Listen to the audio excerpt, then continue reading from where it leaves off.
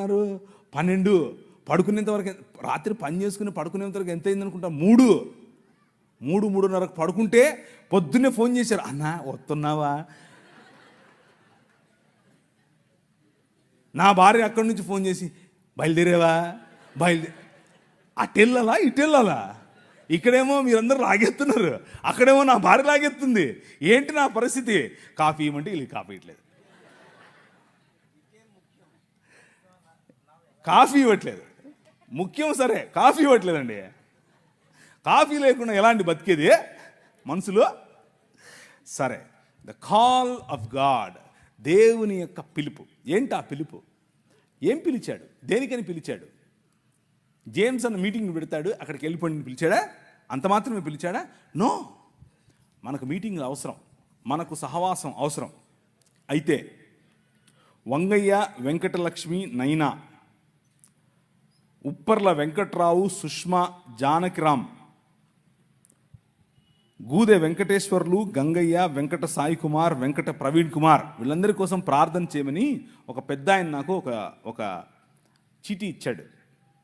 అలాగే మా అమ్మగారిని కూడా జ్ఞాపకం చేసుకోండి. తలలుంచుకుంటే ప్రార్థించుకుందాం 2 నిమిషాలు. కృప కలిగిన తండ్రి,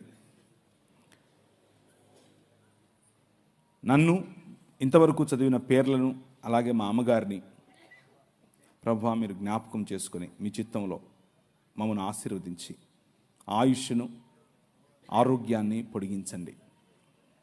మీ చిత్తములో మమ్మల్ని మీ పిల్లలుగా ఎదగటానికి అవసరమైనటువంటి అన్ని వనరులు దయచేయండి. నాకు మా అమ్మ తప్ప ఇంకెవరున్నారయ్యా?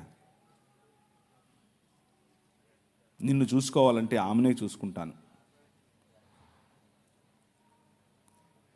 ఆమె ఆయుష్ను పొడిగించు. ఈ ప్రార్థనను ప్రభు అయిన యేసుక్రీస్తు నామంలో చేస్తున్నాం తండ్రి, ఆమెన్. సో మనకు దేవుడిచ్చినటువంటి నిన్న మనం మాట్లాడుకున్నటువంటి మాటల పొడిగింపుగానే ఈరోజు కొన్ని విషయాలు చేద్దాం. ఉమెన్, స్త్రీలు అమ్మా ఆయన చెప్పినట్టు చేయండిరా అంది వాళ్ళమ్మ. అమ్మా నా టైం రాలేదు కదా, ఎందుకు? సర్లే నువ్వు చెప్పావు కదా చేస్తా, నువ్వు చెప్పావు కదా చేస్తా. రే ఏంట్రా 12 ఏళ్ల వయసు, ఎక్కడికి వెళ్ళిపోయావురా? మేమంతా తిరిగి మేము నీకోసం. అమ్మా నేను మా నాయన పనే చేస్తున్నా కదా. జ్ఞానుల ఎదుట నిలబడి తల్లిదండ్రులకు ఇచ్చేటటువంటి గౌరవం, స్త్రీకి ఇచ్చేటటువంటి గౌరవం ఆయన ఇచ్చాడు. సువార్త ఏంటా? సువార్త